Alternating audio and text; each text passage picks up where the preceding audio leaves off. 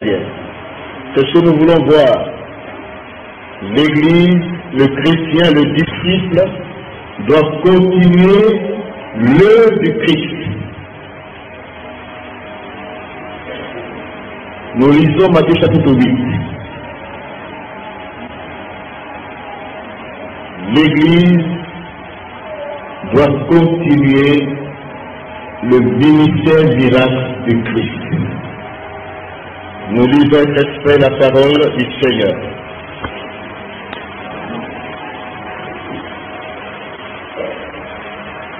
Matthieu chapitre 8, Matthieu chapitre 9.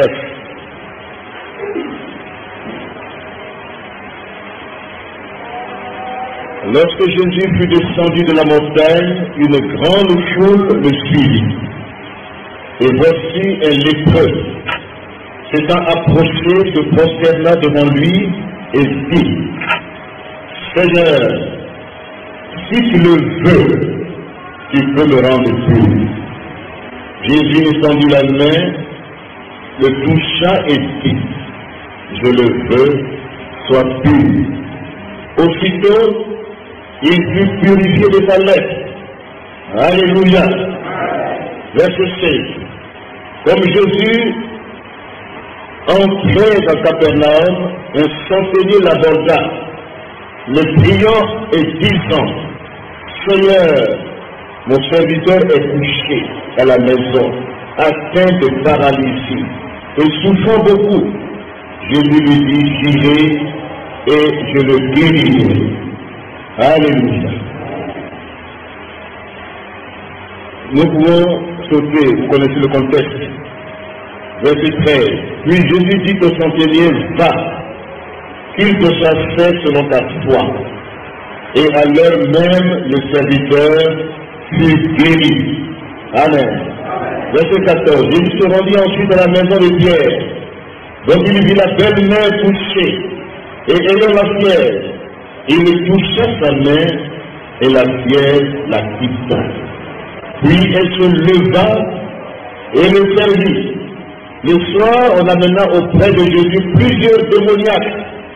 Il chassa les esprits par sa parole, et il guérit tous les malades, afin que s'accomplisse ce qui avait été annoncé par Ésaïe le prophète. Il a pris nos infirmités et il s'est chargé de nos maladies. Amen. Verset 3. Il monta dans la barque et ses disciples le suivirent. Et voici, il se leva sur la mer une si grande tempête que la barque était couverte par les flots. Et lui, il dormait. Les disciples étant approchés, le réveillèrent et dirent: Seigneur, sauve, nous périssons. Il leur dit: Pourquoi avez-vous peur, gens de peu de foi? Alors il se leva, menaça les vents et la mer, et il y eut un grand calme. Amen. Ces hommes furent saisis d'étonnement. Quel est celui-ci, disait-il, à qui obéissent même les vents et la mer? Lorsqu'il fut sur l'autre bord dans le pays des Gadaréniens, deux démoniaques sortant des sépulcres vinrent au-devant de lui. Ils étaient si furieux que personne n'osait passer par là. Et voici, ils s'écrièrent: Qu'y a-t-il entre nous et toi, Fils de Dieu? Es-tu venu pour nous tourmenter avant le temps? Verset 32, il leur dit: Allez. Ils sortirent et entrèrent dans les pourceaux. Et voici tout le troupeau se précipita des portes escarpées dans la mer, et ils périrent dans les eaux.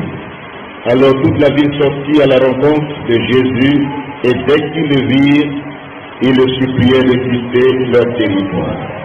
Chapitre 9. Jésus, étant monté dans une barque, traversa la mer et alla dans sa ville. Et voici, on lui amena un paralytique, couché sur un lit. Jésus, voyant leur foi, dit au paralytique: Prends courage, mon enfant, tes péchés sont pardonnés. Verset 6. Afin que vous sachiez que le Fils de l'homme a sur la terre le pouvoir de pardonner les péchés, lève-toi, dit-il au paralytique, prends ton lit et va dans ta maison. Il se leva et s'en alla dans sa maison. Quand la foule vit cela, elle fut saisie de crainte et elle glorifia Dieu qui a donné aux hommes un tel pouvoir. Alléluia. Nous continuons notre lecture dans le verset 18. Tandis qu'il leur adressait ces paroles, voici un chef arriva, se procéda devant lui et dit, ma fille est morte. Il y a un instant, le viens, impose une main et elle vivra. Jésus se leva et le suivit avec ses disciples. Et voici une femme atteinte d'une peur de sang depuis 12 ans, s'approcha par derrière et toucha le bord de son vêtement. Car elle disait en elle-même, si je puis seulement toucher son vêtement, je serai guéri. Alléluia. Jésus se retourna et dit en la voyant, prends courage ma fille, ta foi t'a guéri. Alléluia. Ainsi de suite, la série de miracles continue. Que Dieu bénisse sa parole. Nous voyons ici une série de miracles. Mais avant cela, quand nous lisons les chapitres 5 et 7, le discours que Christ a prononcé sur la montagne, où il proclame les principes du royaume de Dieu, les principes vitaux du royaume de Dieu,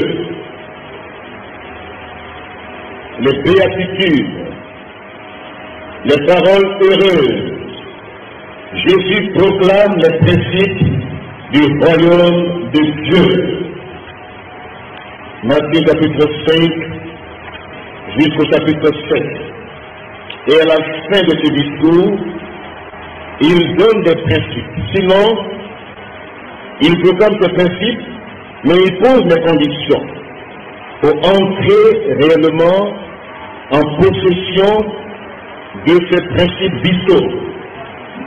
Il prend la parabole de deux constructeurs et deux fondations. Matthieu chapitre 7, versets 24 à 27. C'est une conclusion qu'il tire après ce discours. Il tire la conclusion.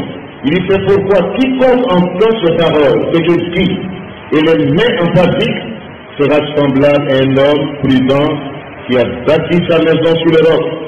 La pluie est tombée, les torrents sont venus, les vents ont soufflé et se sont jetés contre cette maison. Elle n'est point tombée parce qu'elle était fondée sur le roc. Alléluia.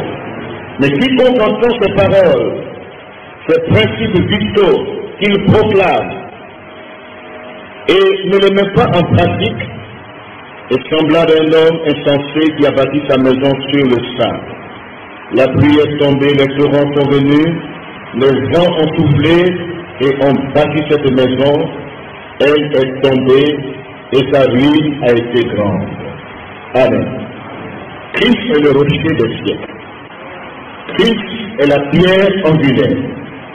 Et nous devons tous être des pierres vivantes, posées sur cette fondation. Les éléments qui conditionnent l'entrée dans ces principes, il y a deux éléments. Quiconque entend ces paroles que je dis, il les met en pratique, fait de ça sa propriété, s'approprie ces paroles en s'humiliant devant Dieu, en reconnaissant son état réel devant Dieu, en se repentant sincèrement. Une pierre de touche, la repentance et la foi. La deuxième pierre, c'est la foi. Voici les deux pierres qui fondent notre vie spirituelle. Amen. Mais s'il n'y a pas de repentance, s'il n'y a pas de foi sincère, nous serons comme des insensés. Nous refusons de bâtir sur le Christ. Or, ce sont ces deux éléments qui bâtissent la repentance et la foi. Celui qui refuse cette conviction importante est comme un insensé. Il voit son état, mais il n'entre pas en lui-même.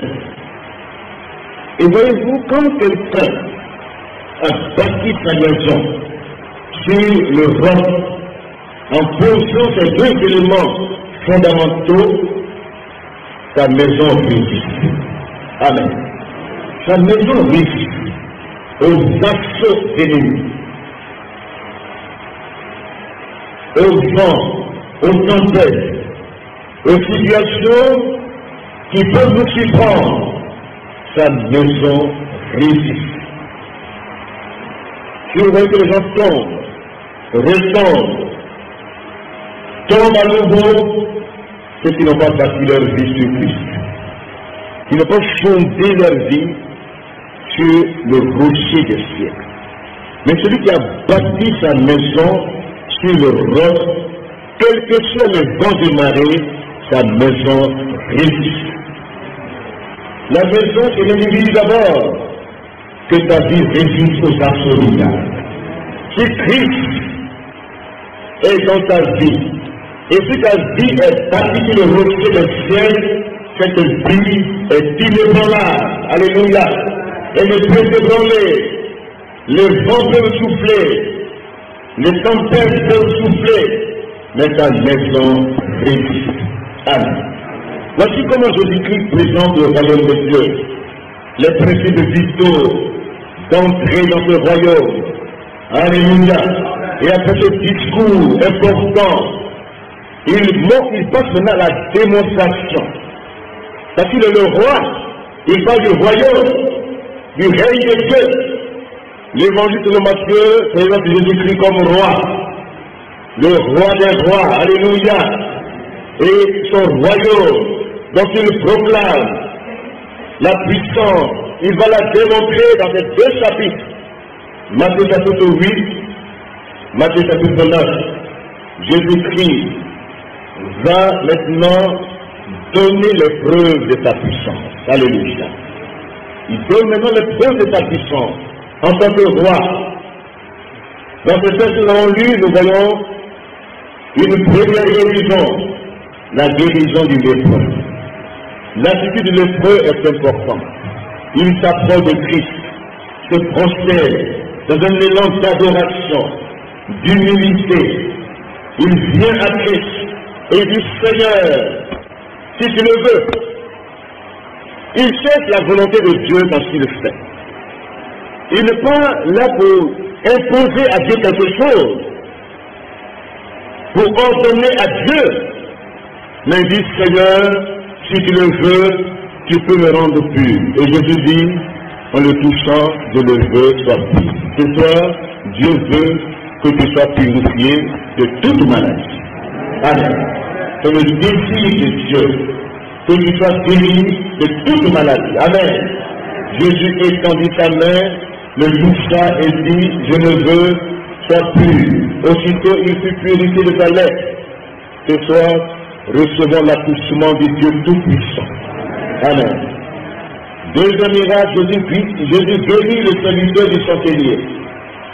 Nous voyons là aussi la même attitude. Le centenier adore Christ. Il s'approche de lui dans l'humilité, dans l'adoration, dans la soumission à son autorité. Il reconnaît l'autorité suprême de Christ. Seigneur, cette expression veut dire maître. En même temps, c'est une appellation du Dieu vivant. C'est reconnaître la divinité du Christ. Seigneur, alléluia. Au-delà, quand on parle de maître, ce sont les relations humaines. Mais il va au-delà. Seigneur, Adonai, Yahweh, El Sabaoth. Donc il va au-delà. Seigneur, au-delà des relations humaines. Il dit, oui, moi qui suis soumis à des supérieurs, aussi j'ai des serviteurs. Dans mes relations interpersonnelles, il y a un principe hiérarchique qui s'impose. Mais en même temps, il reconnaît en Christ le Seigneur des Seigneurs. Alléluia.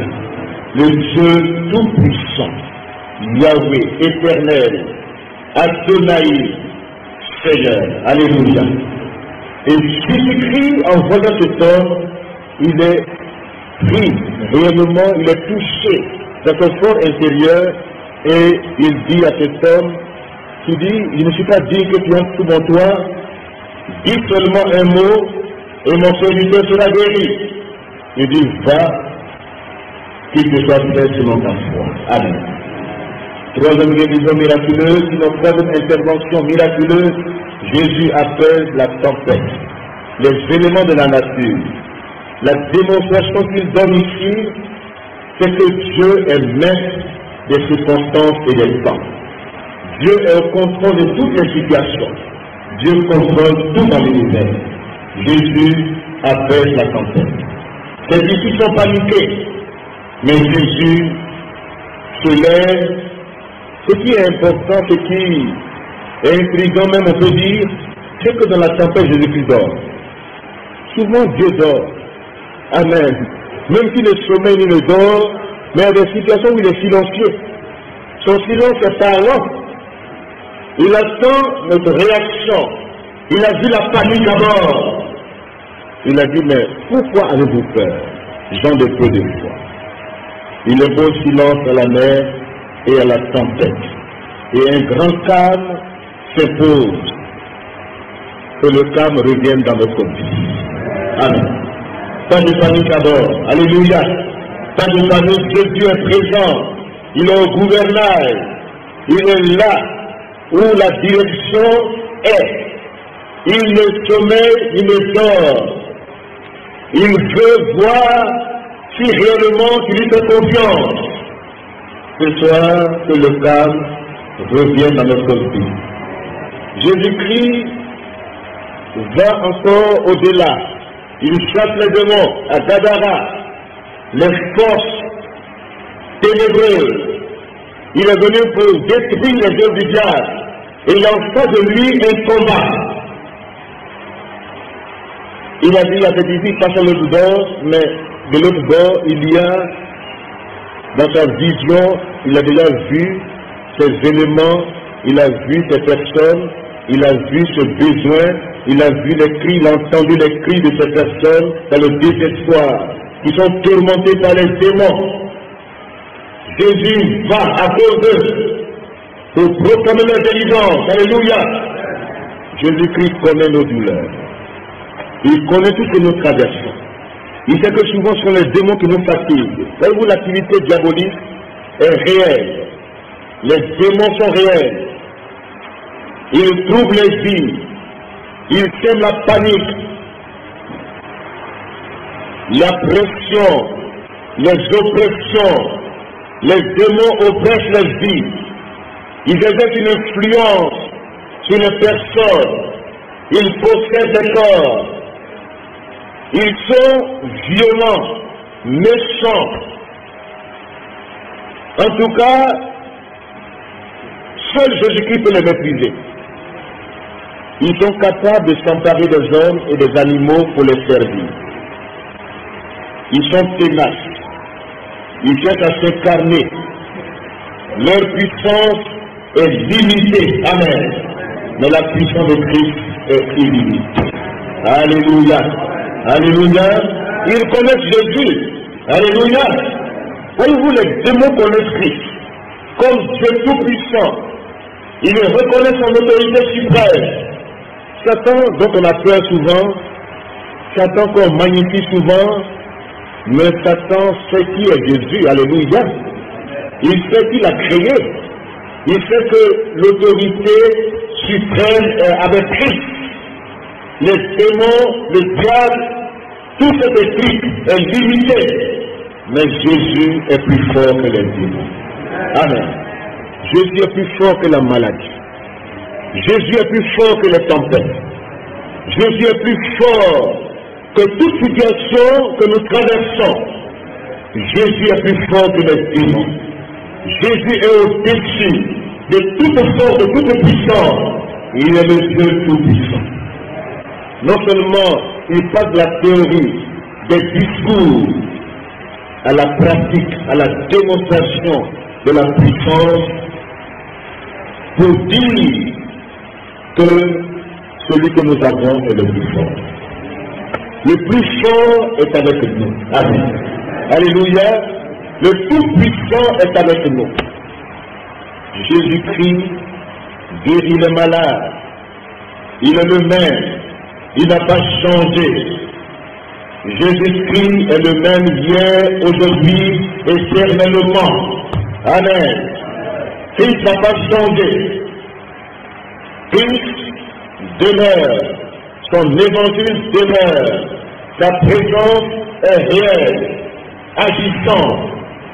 Il est le Dieu tout-puissant. Alléluia. Mais dans les textes que nous lisons, voyez-vous, souvent, il y a un fait qui limite Dieu. Et il y a un fait aussi qui fait que Dieu agit. Il y a une expression qui revient dans ce texte que nous avons lu. Ces expressions qui reviennent régulièrement dans les interventions miraculeuses du Christ. Voyez-vous, c'est quelle expression? C'est la foi. Amen. La foi. Va, qu'il te soit fait selon ta foi, dit Christ au centenier. Chapitre 8, verset 13. Va, qu'il te soit fait selon ta foi. Amen.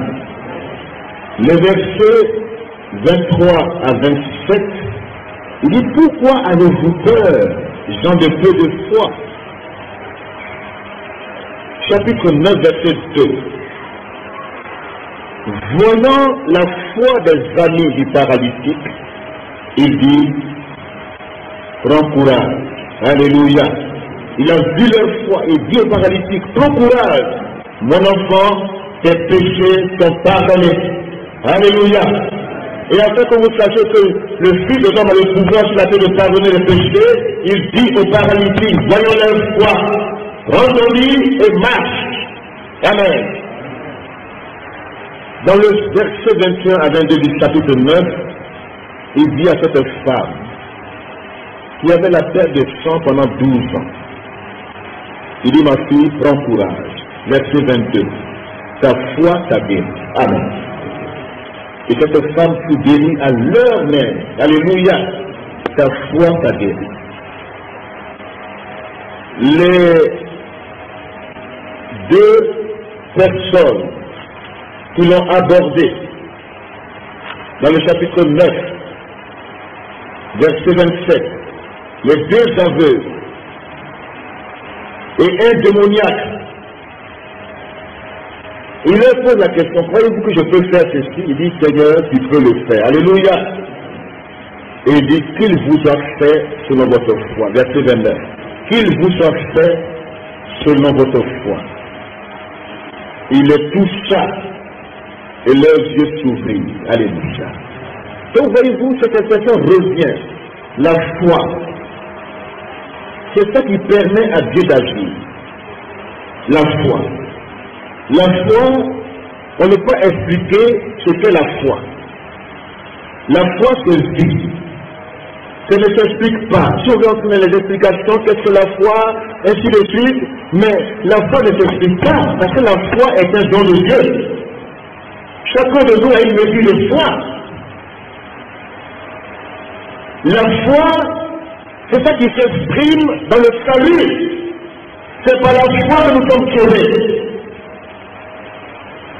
Cela n'est pas de nous-mêmes, mais cela est un don de Dieu. Amen. Donc, il y a des domaines dans lesquels la foi s'exprime. Premier domaine, d'abord le salut. La foi s'exprime dans le salut. Nous ne pouvons pas nous sauver nous-mêmes. Il faut l'intervention de Christ. Il vient à notre secours. Il nous donne la main. saisissons la main tendue de Dieu. Amen. La foi répond à l'interpellation divine. La foi est le répondant. La foi, c'est se reposer en Dieu. La foi, c'est la confiance totale que nous plaçons en Dieu. Amen. La foi, c'est la dépendance vis-à-vis de Dieu. Ce n'est pas un raisonnement que nous avons. Souvent nous raisonnons, nous argumentons, nous voulons des théories. Nous pensons que la foi s'explique. Mais ce soir, j'aimerais vous dire que la foi se vit, elle s'expérimente. C'est la pratique que Dieu nous demande. La foi, elle est pratique. Dans son essence, elle consiste à recevoir ce que Dieu a révélé d'avance. Alléluia. C'est une attitude de confiance à l'égard de Dieu qui a envoyé son Fils Jésus-Christ. Or, cette confiance implique l'acceptation de Christ comme Seigneur. Alléluia. Quand Dieu me fait don de la foi, dans son essence même, il me révèle sa pensée. Il se révèle à moi. Il s'est révélé à Abraham, le père de la foi. Abraham a eu confiance en l'Éternel. Et Dieu lui a imputé cela à justice.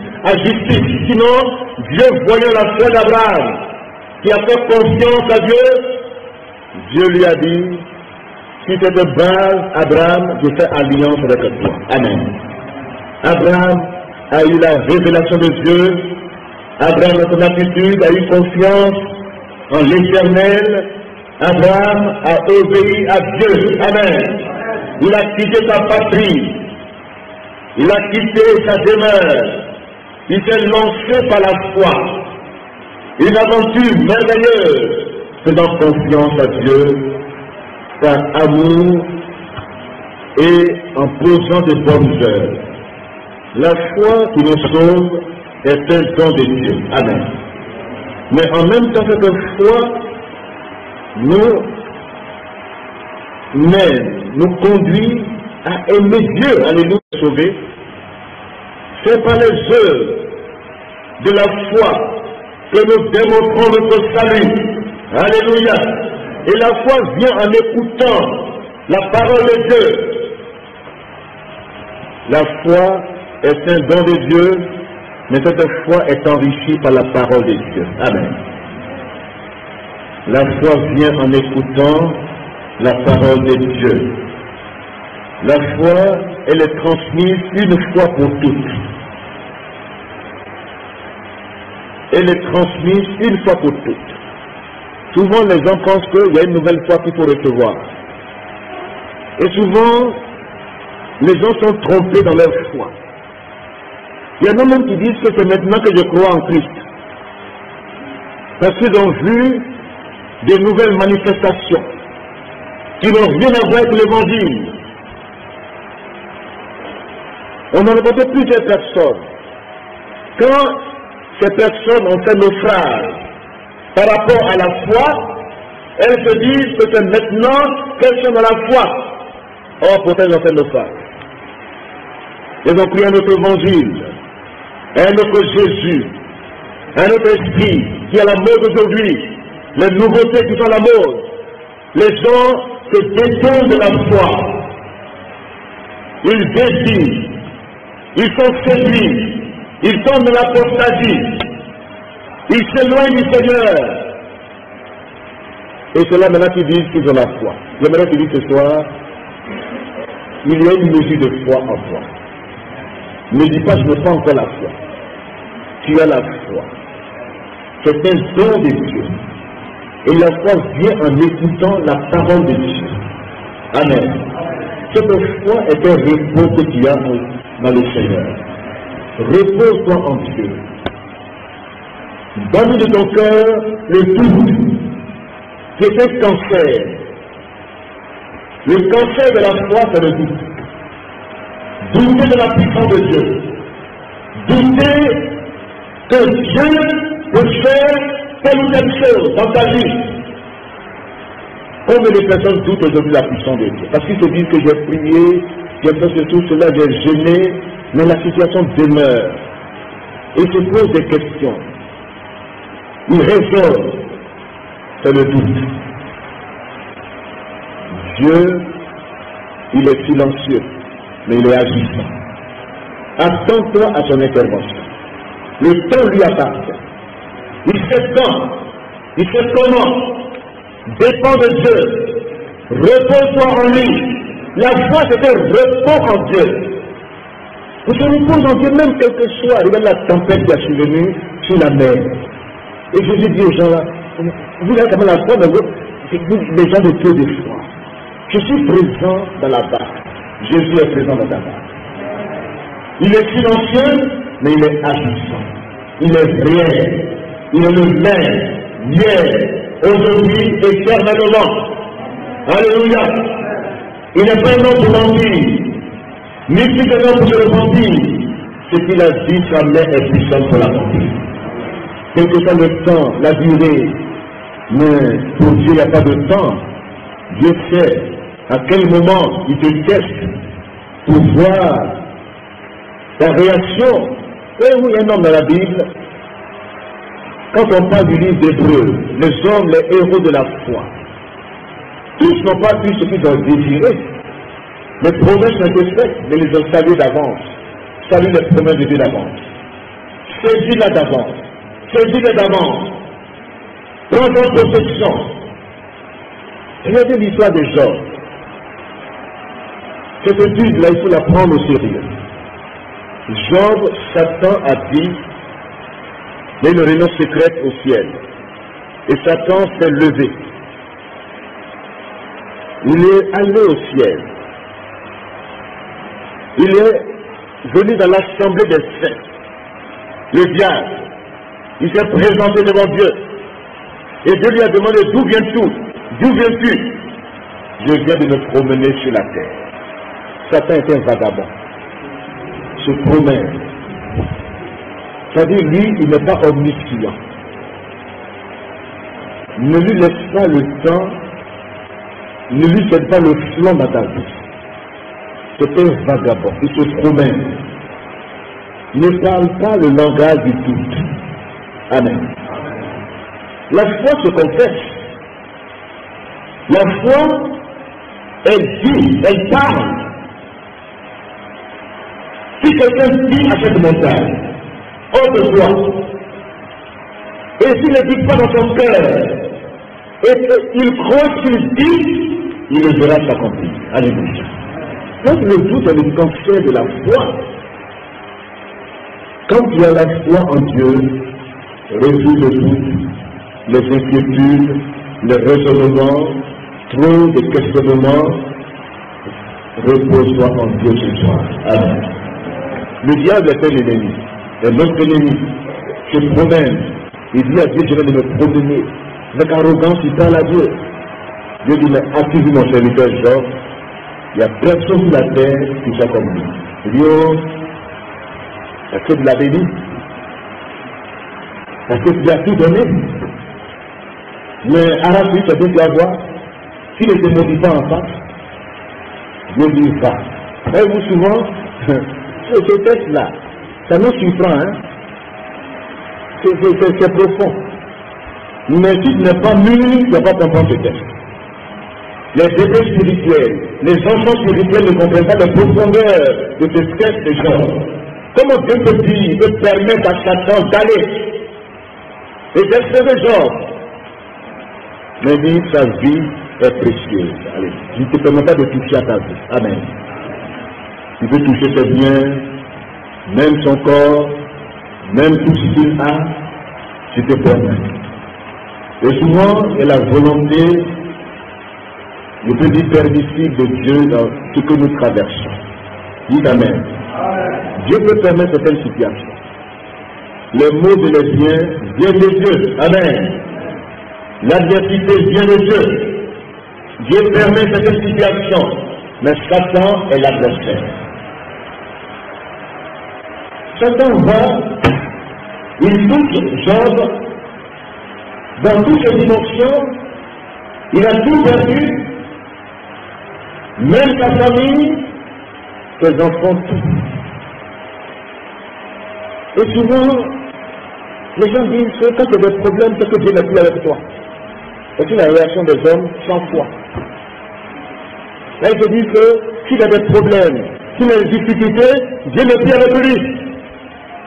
Oh, Dieu peut ne pas être avec quelqu'un qui est dans la prospérité, qui a tout, et Dieu peut ne pas être avec lui. Le juste souci, les pires des situations, le Job, sa foi, ne dépendait pas des bruits de la mer. Sa foi était fondée, enracinée en Dieu lui-même. Alléluia. Souvent les gens fondent leur foi sur les biens, sur leurs propriétés, sur ce qu'ils sont, sur ce qu'ils ont. Et quand ça manque, ils renient le Seigneur. Mais Job n'a pas renié Dieu. Alléluia. Il dit l'Éternel a donné, l'Éternel a repris, que le nom de l'Éternel soit béni. Amen. Job, il a déployé sa foi. Il y a mis encore devant Dieu pour dire touche à son corps. Il a été maudit en face. Job, il a été éprouvé dans les dimensions profondes, les douleurs intenses de son être. Mais Job, il a dit, Seigneur, je te vois. Amen. Alléluia. Il est entré dans les sanctuaires de Dieu. Les amis sont venus. Souvent ceux qui sont avec nous, quand nous sommes bien, on a des amis. Mais quand ça va mal, il n'y a plus d'amis.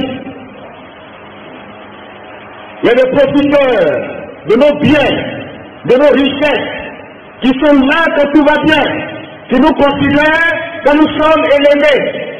Quand on a une position, ils nous considèrent. Quand tu n'as plus de position, quand tu n'as plus d'honneur, quand il n'y a plus rien, on te méprise. Les amis de Job l'ont méprisé. Ils l'ont accusé même. Ils ont voulu dire, mais c'est parce que tu as péché que Dieu, il t'a frappé. Dieu t'a frappé parce que comment l'homme réagit souvent? Les chrétiens réagissent. Ah, le côté encore. Ils aiment ça. Comme si on avait fait sur la terre. Ah! Mais ils ne savent pas quel but Dieu poursuit avec nous. Alléluia! Amen! Le juste peut souffrir, mais Dieu poursuit un but. Alléluia! Dieu a testé Job. Il a dit il est juste, mais il a fallu le tester dans les épreuves. Dans le test de Dieu, il y a la résilience dans ta vie. Résiste au diable et il ira loin des âmes. Job était couché, tout le monde l'a abandonné, même sa femme dit maudit Dieu et meurt. Vraiment, on ne peut pas l'accuser aussi, parce que les bénédictions sont plus là, les grâces sont plus là, les faveurs sont plus là, les enfants sont perdus, ils se sont morts, sont partis. Tout ce sur lequel elle comptait, les enfants, son héritage, tout est perdu. Donc, qu'est-ce qu'il y avait maintenant? Il a fini. Job maudit Dieu.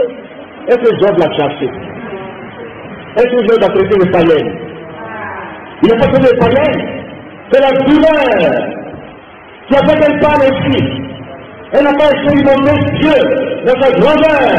Mais Job, il dit, ne parle pas comme ça. Celui qui nous donne tout, même s'il nous afflige, que son nom soit béni. Alléluia. Alléluia.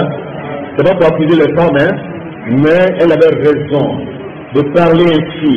Mais Job ne l'a pas vécu. De nos jours-là, on répulie facilement les femmes. Oui, oui, non, elle n'est pas hier. Elle n'est pas convertie. Elle est surtout là pour divorcer. Et aujourd'hui, c'est la mode. Et puis, on est sur personne. Mais Job n'a pas divorcé sa femme. C'est la même femme qui a eu encore d'autres enfants. Alléluia. Elle a été remplacée. Alléluia. Dieu remplace. Dieu ajoute. Dieu multiplie. Dans la vie de ceux qui ont la foi. Il a eu encore des jolis enfants. Des enfants merveilleux. Quand tu traverses une épreuve, ne baisse pas les bras. Dieu poursuit un but de remplacement, de rajout et de multiplication. Il est encore plus venu. Alléluia. La gloire de la dernière maison sera plus grande que la première. Donc Dieu insiste. L'épreuve que tu traverses n'est pas la fin. Ce n'est pas la fin de ta vie. Ta vie ne se termine pas dans une épreuve. L'épreuve va passer. Les douleurs passeront. Et la gloire, ta vie se terminera en beauté. La gloire est devant toi. Ne baisse pas les bras. Et la foi. Amen. Alléluia. Et la foi en Dieu. Ce principe vital que la foi conditionne les miracles. Miracle sur le plan financier. Miracle sur le plan physique. Miracle dans tous les domaines de ta vie. La foi est l'élément important que Dieu regarde. Ce n'est pas une explication, ce n'est pas un raisonnement, mais c'est un repos que tu as en Dieu. Que cette année tu te reposes en Dieu pleinement. Remets tout en ses mains. Dieu s'en charge. Dieu au contrôle. Ne finis pas la nuit. Ne pleure plus. Ne panique plus. Dieu est au contrôle de la situation. Dieu prend le secondaire. Lâche prise. Laisse Dieu agir. Et il vivra sa gloire en ta vie. Alléluia. Mais Jésus veut que son ministère miracle nous le continuions. Et là, le chapitre 10. Il nous envoie en mission, il dit, allez, annoncez le royaume de Dieu. Alléluia. Allons aujourd'hui, annonçons le royaume de Dieu. Amen. Il appelle ses disciples, il dit, allez, annoncez le royaume de Dieu. Guérissez les malades, purifiez les lépreux, ressuscitez les morts. Alléluia. Nous devons continuer le ministère miracle de Christ.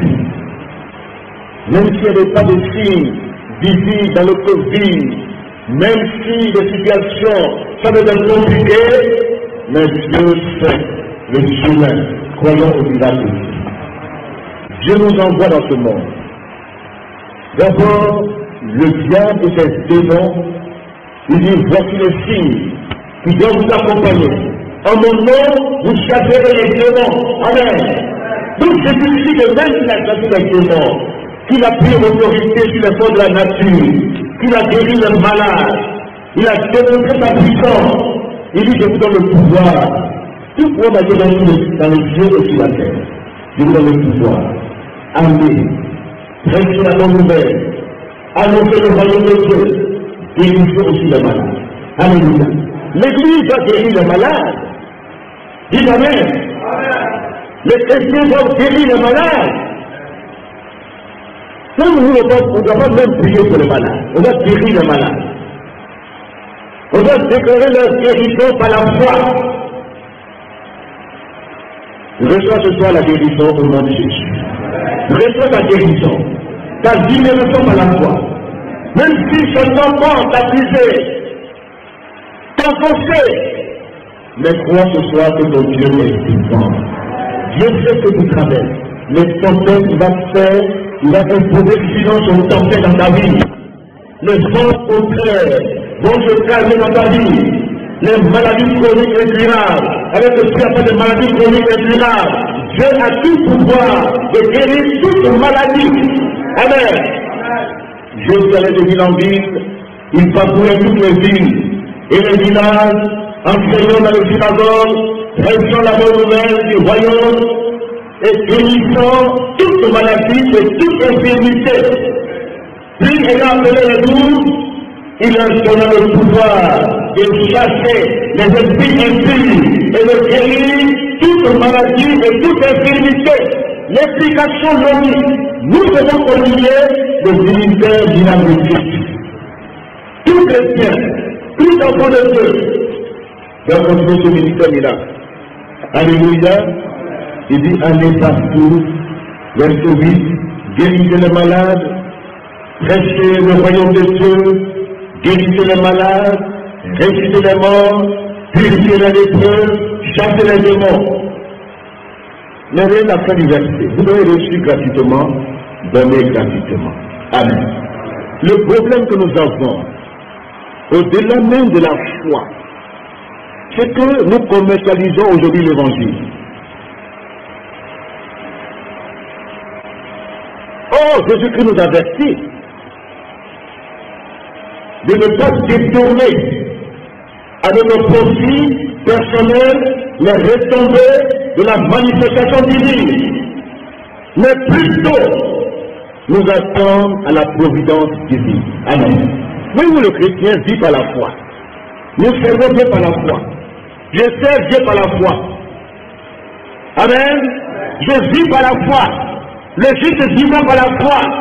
Si nous avons compris ce principe de foi en Dieu, sachant que Dieu pourvoira à tous mes besoins, l'or et l'argent lui appartiennent, je n'ai pas besoin d'exploiter les gens, de manipuler le peuple. Combien de manipulateurs aujourd'hui? Combien de personnes qui escroquent le peuple, qui vendent l'évangile, qui détournent les profits de l'évangile, profits personnels. Il dit, parce que ça peut faire sa gloire, son honneur. Quand quelqu'un est riche aujourd'hui, même si il sert bien les riches, il va parler de ses richesses, de sa gloire. J'ai vu une pancarte là tout à l'heure, on dit un sommet mondial de richesse. C'est pas l'évangile. C'est pas l'évangile. Vos sommets mondiaux pour la richesse. Jésus a dit, allez, prêchez la bonne nouvelle. Pourquoi je dis les miracles sont limités? Parce que l'église d'aujourd'hui est la richesse des gains. Beaucoup cherchent des gains. Ils se disent que, puisque les gens ont des problèmes, ils ont des difficultés, ils ont passé partout sans solution. Donc ils viennent à moi-même pour faire leur cul d'âme, je lui paye. Rendez-vous payant, cul d'âme payant, audience payante. Tout est payant. Rien n'est gratuit. Comment voulez-vous que tu agisses? Et les gens qui me disent, pour aller sur les pétiteurs, c'est les charlatans, ils sont détruits. Que Dieu nous vienne en aide aujourd'hui. On a reçu gratuitement l'évangile, donnons aussi gratuitement. Et Dieu va se manifester puissamment dans l'église, en voyant notre foi, notre dépendance vis-à-vis de lui. Dieu pourvoit nos besoins. Il n'y a pas besoin d'aller demander aux gens, d'aller dire aux gens, donnez-moi crédit. Il n'y a pas besoin de ça. Dieu pourvoit à tous nos besoins. J'ai été jeune, j'ai pris de l'âge. Je n'ai jamais vu le juste mendiant son pain. Il ne mendie pas son pain. Dieu, sa providence est toute puissante. Dieu pourvoit, il n'a pas une seule poche. Dépend de lui, par la foi. Et Dieu va honorer ta foi. Que Dieu nous honore aujourd'hui. Que Dieu a fourni dans l'église. Que les malades nous disent à périr dans le nom de Jésus. Que les vies soient libérées. Que les démons soient chassés. Que l'autorité spirituelle nous habite pleinement. Que chacun ait le pouvoir de marcher sur les serpents et les scorpions et sur toute la puissance de Satan et de rien de nuire à notre vie au nom de Jésus-Christ. Amen. Que Dieu nous bénisse. Que Dieu bénisse sa parole.